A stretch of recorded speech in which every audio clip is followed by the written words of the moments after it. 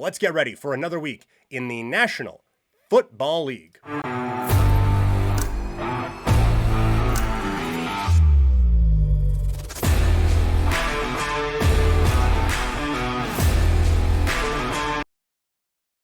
Another week is here in the NFL. Let's run through our picks for the week in the National Football League. We will start out in London. It is the Denver Broncos taking on the New York Jets. By the way, if you have any fantasy football questions, throw them in the chat. I will get to them as we go along, but I'm going to give the fantasy thoughts on each game as well. So either sit tight or throw any thoughts you have into the chat. London, England. It is the Denver Broncos taking on the New York Jets. Broncos favored by 6.5. The total is at 43.5. I am going to have to admit, the Jets, I didn't think they'd be great.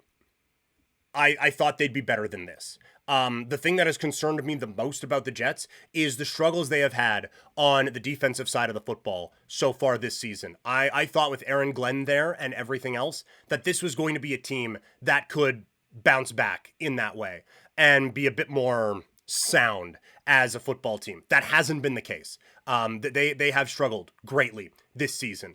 And the offense, Fields has been in and out of the lineup because of concussion problems, but when he has been in, it hasn't elevated in the way that I thought it would. And it's not going to get easier because the Denver Broncos are really good on the defensive side. They're favored by 6.5 points in this game. I think this defense shuts down the Jets.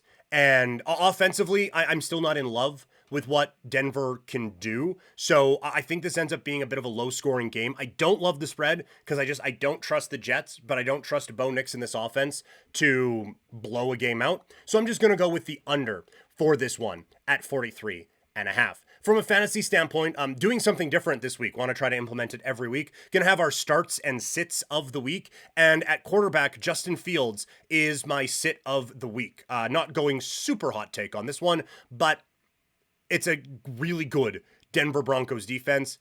You only have a couple of teams on bye this week. There are obviously better options out there. Justin Fields is a sit for me this week. Breece Hall is a star. You kind of got to play him, but it's a tough matchup. Same thing with Garrett Wilson. Mason Taylor is a very interesting look at tight end. I think that Fields is going to have pressure in his face, and that ends up with some pretty good options and targets for your tight end. So we're chasing points at tight end every week. Taylor's a pretty good play. The other guys, you might have better options than them based on the matchups, but they are still good enough that maybe they can get theirs.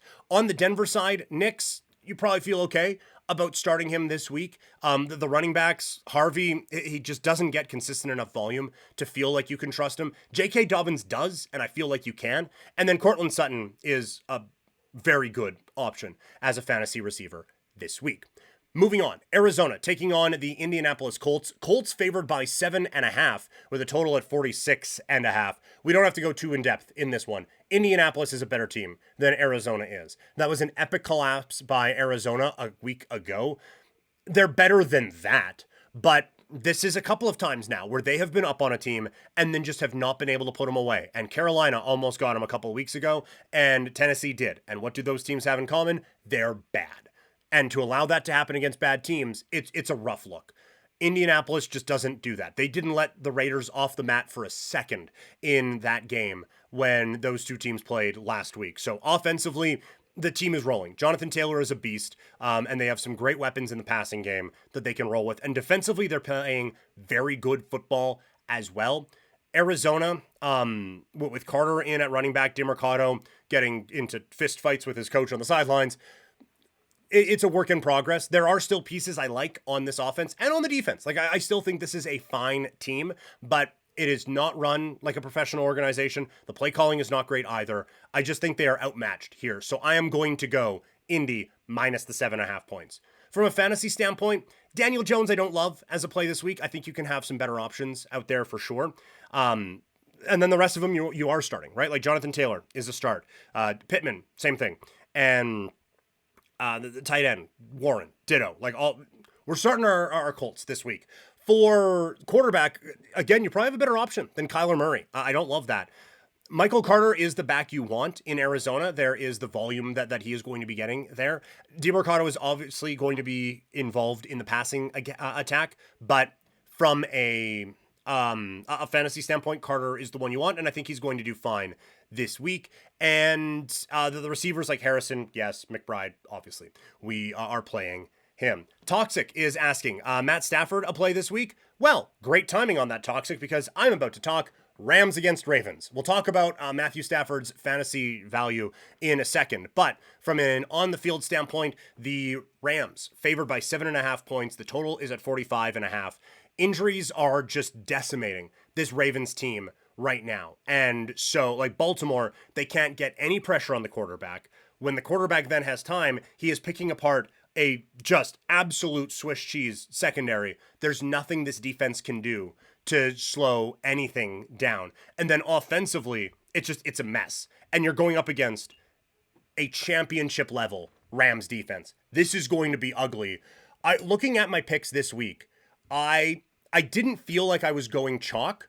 It just felt like there was a lot of value with the favorites this week. So instead of like, oh wow, I'm going really chalk, it's like I don't think they chalked this chalk enough. So I like the Rams minus the 7.5. From a fantasy standpoint, Toxic asking, Matt Stafford a play this week? Matthew Stafford is my start of the week at quarterback. Baltimore has allowed the second most points to quarterbacks in fantasy football this season. Stafford has this offense going.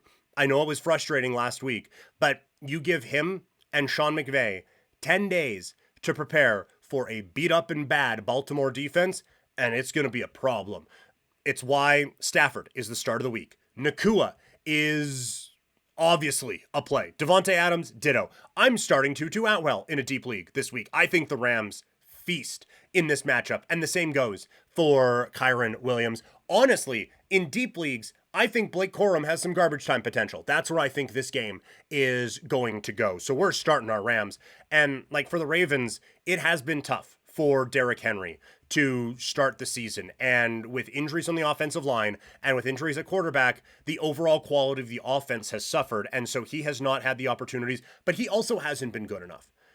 We still have to start him because he is him, but do not anticipate a giant league winning week from Derrick Henry.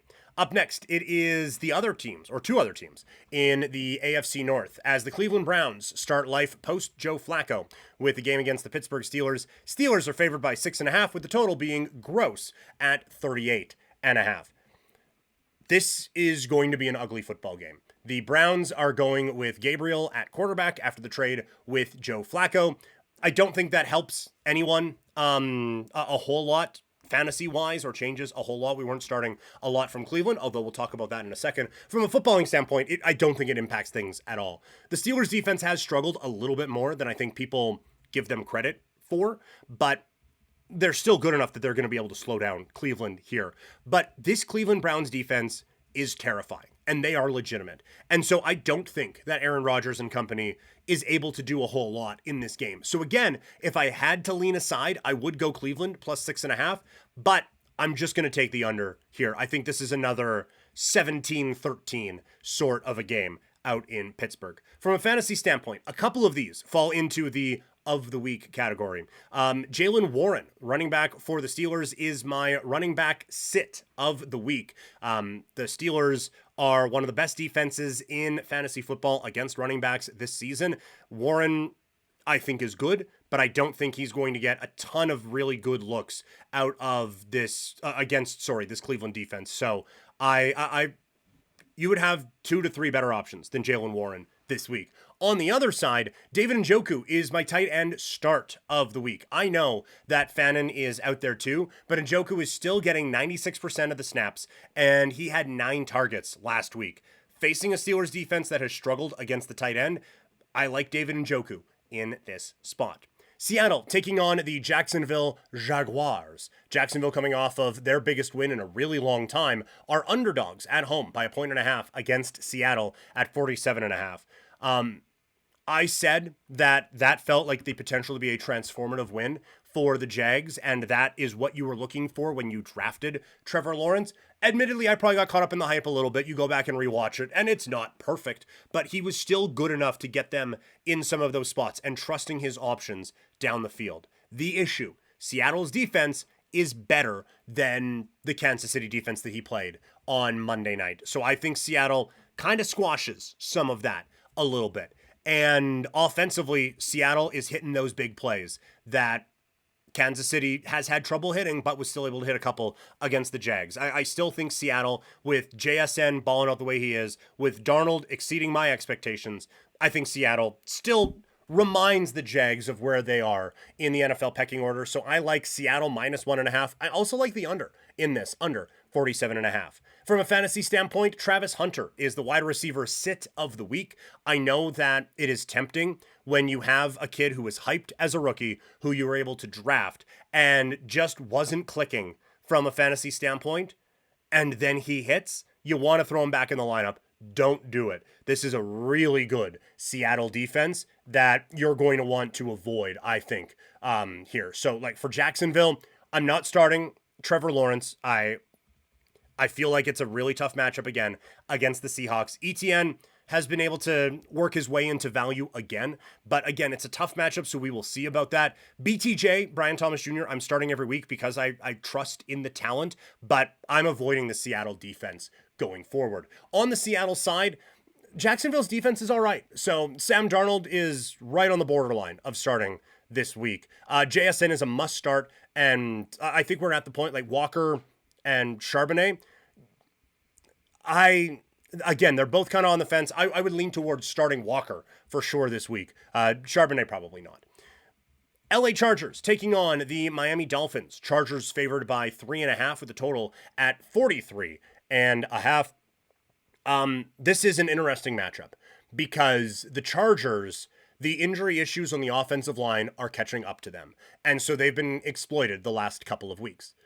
On the opposite side, the Dolphins' lack of talent and overall management of a football roster are starting to catch up to them. And so I don't know if they have the horses to cause problems against this Chargers offense this week. So I think this is a bit of a get-right spot for for Justin Herbert and the LA Chargers. And I think they're going to be able to kind of get this thing rolling a little bit against a Miami defense that I just don't respect at all. And then for Miami, I have real concerns about what they're going to look like against a strong Chargers defense. So I like the Chargers all the way here. This was one where I felt like the favorite is undervalued a little bit. Give me the Chargers minus the 3.5. From a fantasy standpoint, Darren Waller is my tight end sit of the week. The Chargers are 6th best against tight ends this season, and I feel like this defense schematically is going to cause some real problems for the Miami Dolphins. So again, Waller coming off of some good performances, I'm not trusting it this week. He is my sit of the week at tight end.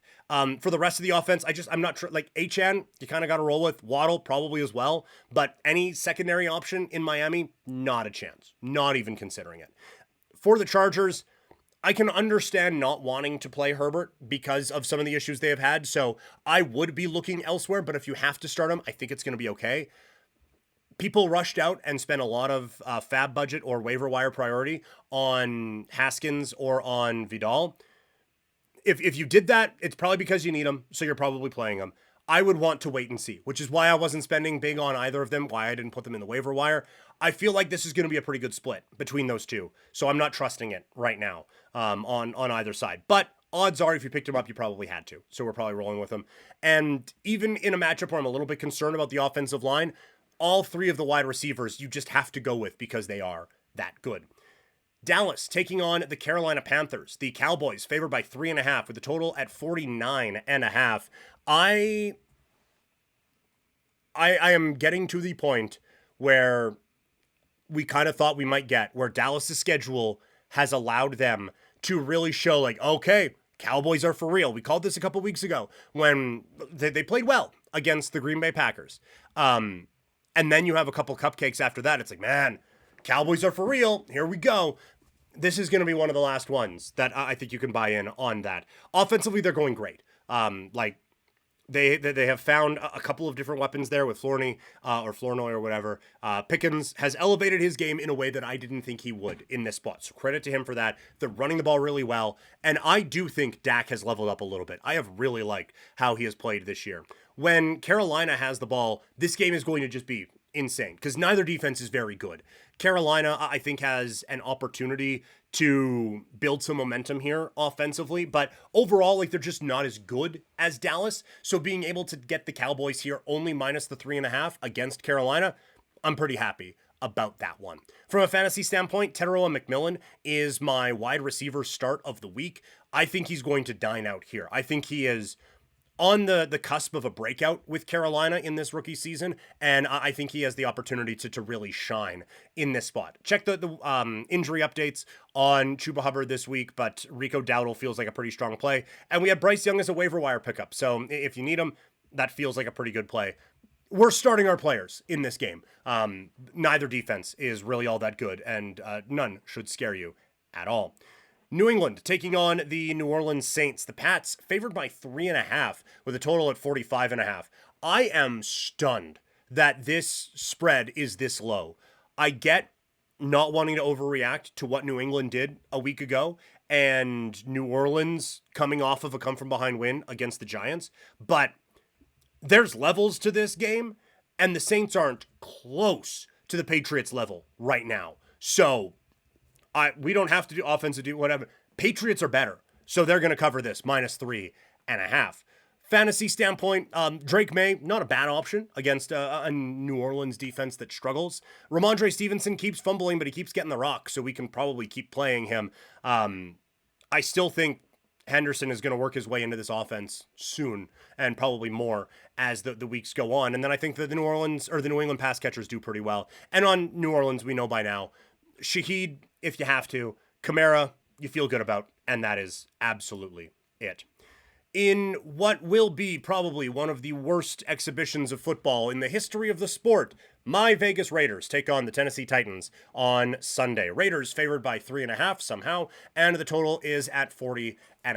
Neither of these teams are good. The Raiders, Geno Smith has not been able to outplay poor offensive line play or his poor decision-making.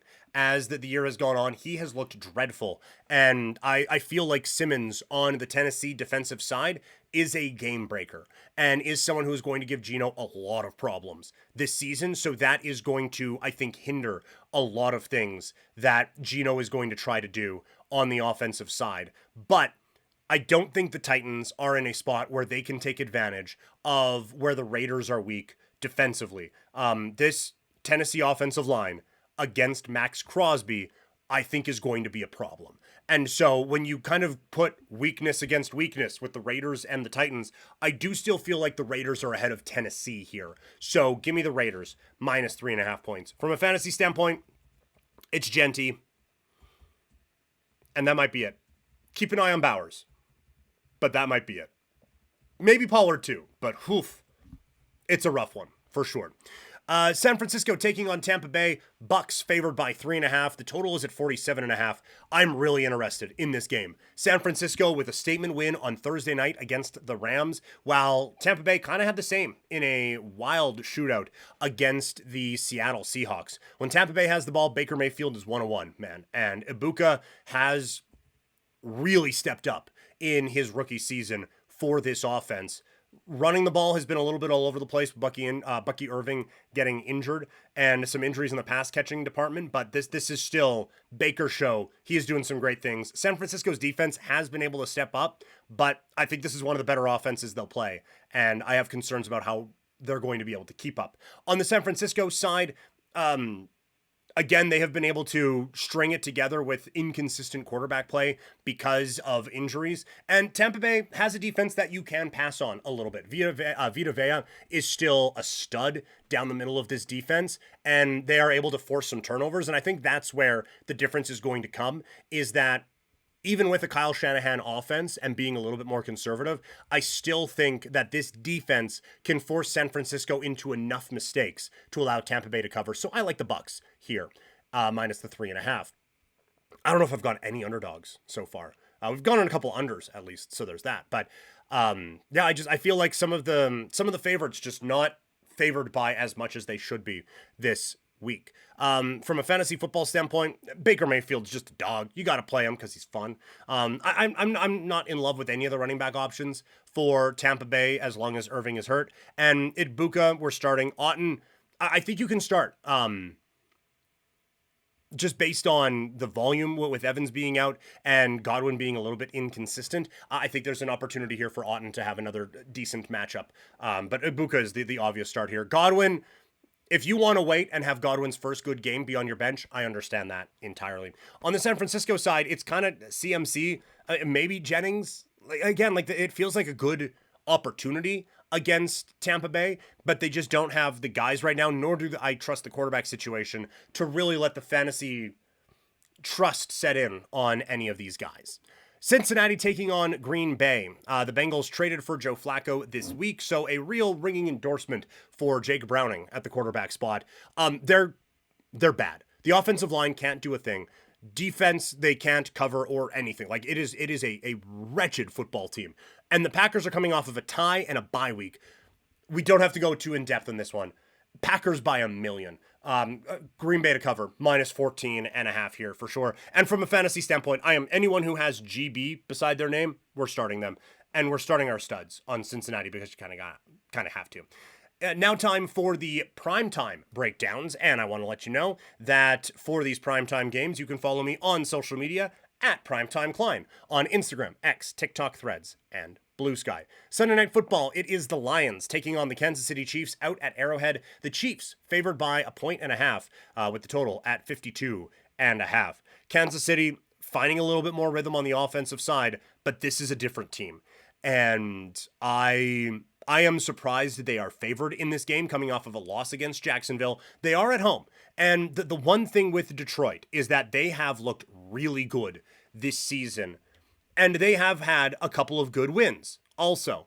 But they haven't exactly had the stiffest competition either to start this season. Just looking to pull it up here.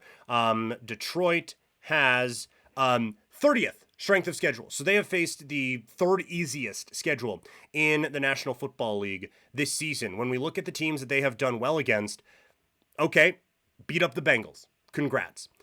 Beat up the Browns. Super duper. Beat up the Ravens. Looks like a good win, but those are the first games of Baltimore's injury problems. Whooped on Chicago, who had some defensive issues at the time, and then lost to the Packers. So this is easily the stiffest competition that this Lions team has faced this season. So I understand the trepidation of the odds makers to not make them the favorites on the road at a place that has traditionally been very difficult to deal with. I just don't see them losing here, though. I still think Kansas City will be fine when Rice comes back. This is the last game without him. I don't think offensively they're going to be able to keep up with what Detroit is looking to do right now. And defensively, the offensive line still has a bit of an issue for Kansas City. And that's a problem when Aiden Hutchinson is on the other sideline. So I just like Detroit a tick better in all areas right now. So give me the Lions on the money line as the underdog in this spot. From a fantasy standpoint, we're starting everybody, right? Goff, sure. This game feels like a shootout. It's at 52.5 for the total. We got to roll with him. Gibbs, Montgomery might throw a touchdown pass. So why not? Amon-Ra St. Brown, of course. Williams, yes. Laporta, Kansas City side. Mahomes, have to. Pacheco, probably not. But Kareem Hunt, if morally you can handle that, yes. Any pass catcher that you've added from Kansas City over the last little bit, yes. Kelsey, of course. Only thing we're not doing is starting the defenses, because I don't think a whole lot's going to be played on Sunday. And then we get another double dip on Monday Night Football. Buffalo taking on Atlanta. The Bills favored by 4.5 with a total of 49.5. I am quite surprised that Buffalo is only favored by 4.5 here. I think this is a bit of a reaction. It's interesting that they're reacting more, I think, on the Buffalo side than the New England side from the Sunday Night Football loss. But I think Buffalo is still the most complete team in the NFL. I do have some worries about them defensively, so I can understand where 49.5 comes from. But Josh Allen, James Cook, Dalton Kincaid, who's starting to ball out a little bit, Keon Coleman, who's a little bit up and down. I think this is one where everyone feels very good about themselves offensively. And then defensively against Buffalo or against Atlanta, yes, they had some issues against Drake May last week and Stephon Diggs having the revenge game and all of that. But Michael Penix Jr. has been inconsistent this season, and that's not something I want to be against the Sean McDermott defense. So I like the Bills in this spot, minus the 4.5. From a fantasy standpoint, like I said, I'm not trusting Penix this week, but all the weapons he has, probably. Bijan, of course. London, yes. Mooney, I might not. Buffalo's defense has been pretty good against receivers this year, and the number 2 option against that feels a little bit tricky. I also don't think I'm going Pitts here. Buffalo's been pretty good against tight ends this season, so I think I'd rather take the shot with like a Mason Taylor or someone like that than roll with a Kyle Pitts. For Buffalo, we are obviously starting Josh Allen as often as we can. James Cook, same. Dalton Kincaid is a plug and play for me every week, and Keon Coleman is close as well. This is a tougher matchup, so if you're on the fence about him, that part I understand. But that's how I look at that one from the fantasy standpoint. One more to go. Monday Night Football. Chicago taking on Washington. The Commanders favored by 4.5 with the total at 49.5.